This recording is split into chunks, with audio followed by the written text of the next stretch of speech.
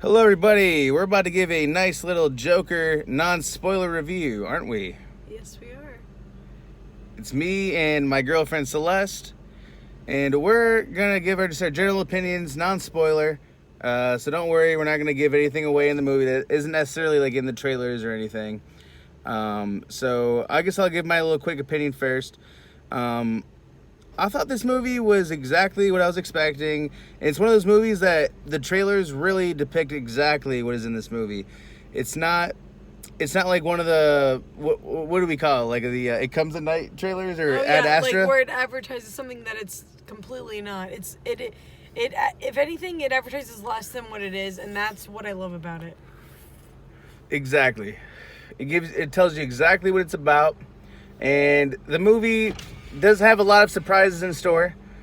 You don't know exactly what's going to happen. You don't know exactly what is supposed to be happening, blah, blah, blah. Not to spoil anything, but, we all know about the novels and movies and poems or whatever, where it comes from what we consider a non-trustable narrator, right? So it's one of those things where you just you're left up to the gods in your own mind to determine what is happening and what isn't. That's one of the best parts of this movie, is that it's left rather ambiguous. I feel like that's a spoiler in itself. Is it not? Is it not? No, I don't think so. I mean, you can say that about every movie that is from any character's point of view, right? So Joaquin Phoenix is in just about every frame, every shot, every scene of this movie. He's definitely in every scene of this movie. And he's chain smoking in every scene of this movie, which made me want to chain smoke, even though I don't, but I wanted to. Exactly. It's a smoke porn movie. It's smoke porn. It makes you want to smoke a cigarette, and we've smoked a couple since the movie's ended. So let's start just purely on the performance of Joaquin Phoenix, as he is the predominant performance in this. There's a lot of great performances given by a lot of different actors, but he is the main presence in this movie, and I'll just say straight up, he gives you exactly what he's thinking. It's not a Heath Ledger ripoff. It's not a Jack Nicholson ripoff. It's its own incarnation of the Joker, which is important because when you're watching it, you're purely in Joaquin Phoenix's hands. You're not thinking about Heath Ledger. You're not thinking about anything else, because especially for a character like the Joker, you really are thinking every time, even like a cartoon comes on, you're thinking about Heath Ledger, you're thinking about Jack Nicholson, thinking about a lot of different things. But Joaquin Phoenix stands his own.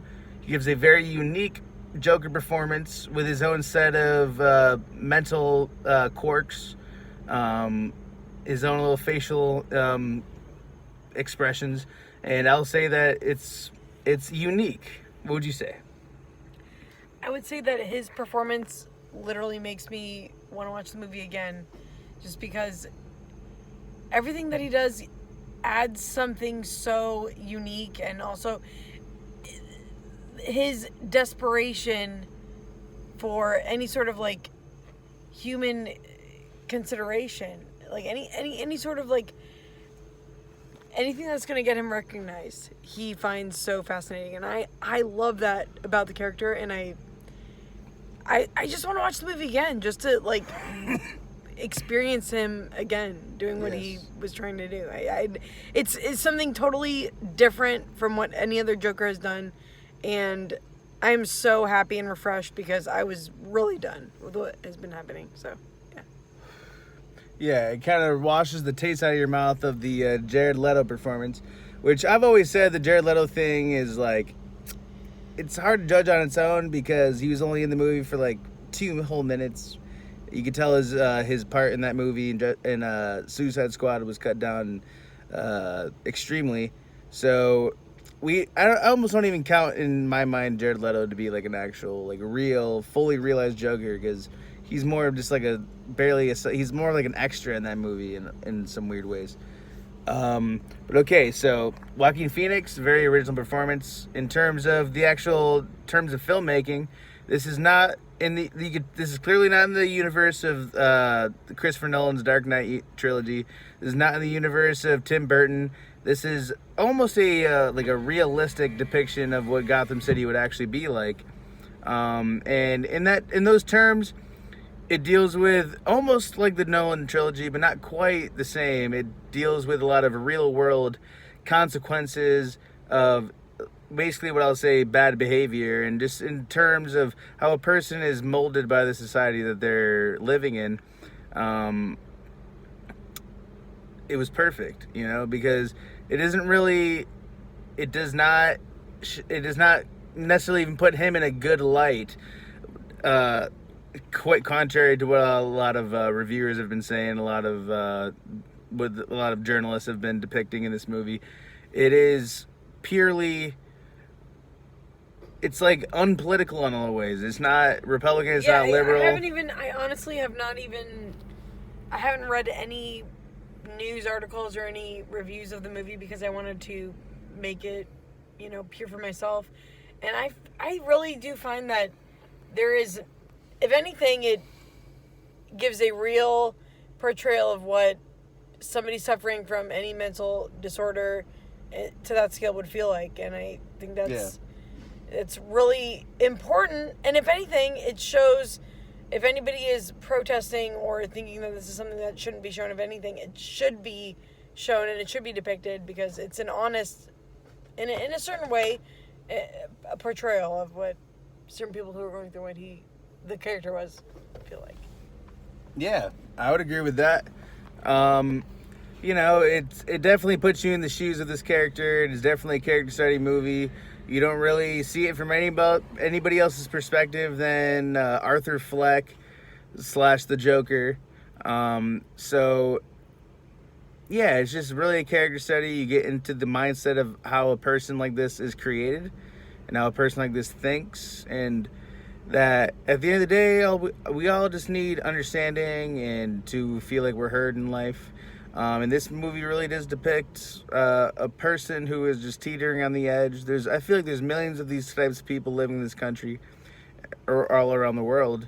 And it doesn't give any excuse for the violence, but it definitely explains why this violence could be happening in our society.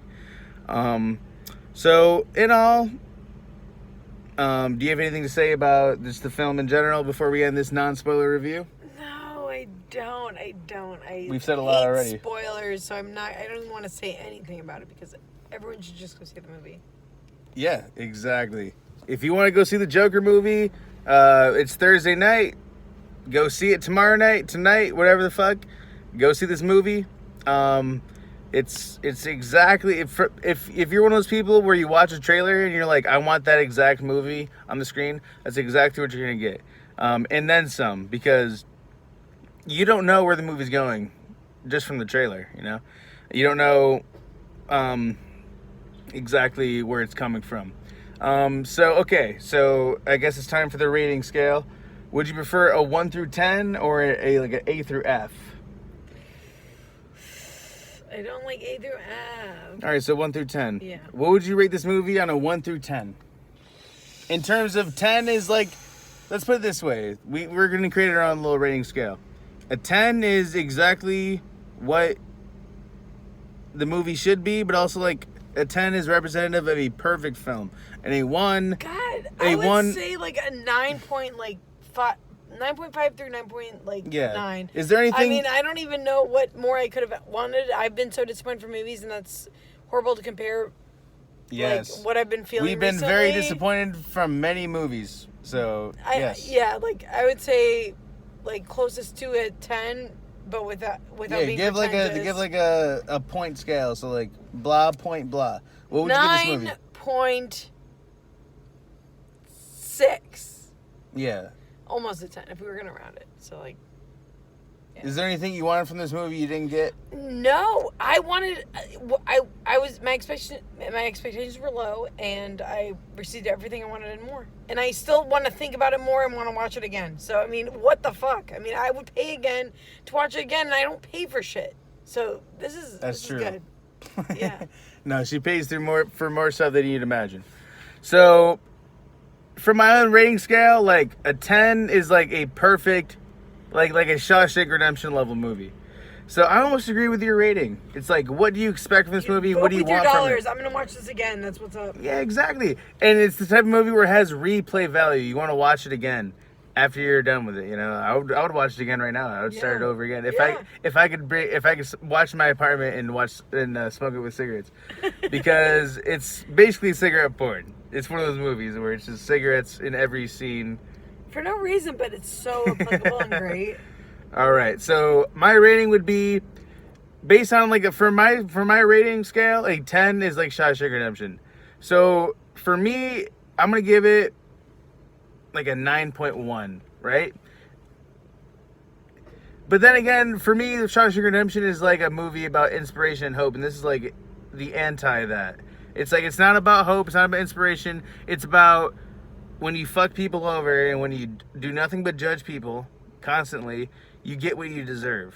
And you get not just what you deserve, because I don't think anybody deserves to die, but you get what you sow.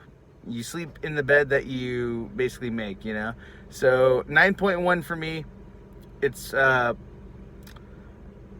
exactly what I wanted it to be, but I'm just hesitant to give it a 10 because then like there's no upside from there. Like, is it a perfect film? In a lot of ways, I'd say so. It's like, what do you expect from this?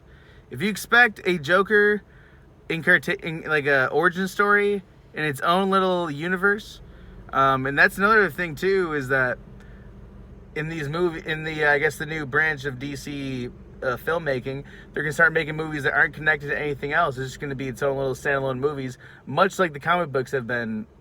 So like you'll get the Batman Who Laughs, where like it's about Batman, but like if he became the Joker or if he went crazy, you know. So it's like one of those things where it's like it's in its own universe. It definitely doesn't paint everybody in the best, most positive light, but it definitely explains in this universe why Arthur Fleck became the Joker. So I'll give it a 9.1, very high rating. We definitely recommend it. Is there any closing statements you got, Celeste? I want to watch it again. And I don't even know. I don't want to watch movies again, but I want to watch it again just to absorb it. That's all I have to say. All right. So that's our closing statements. We recommend it. Go watch this movie. All right. Peace.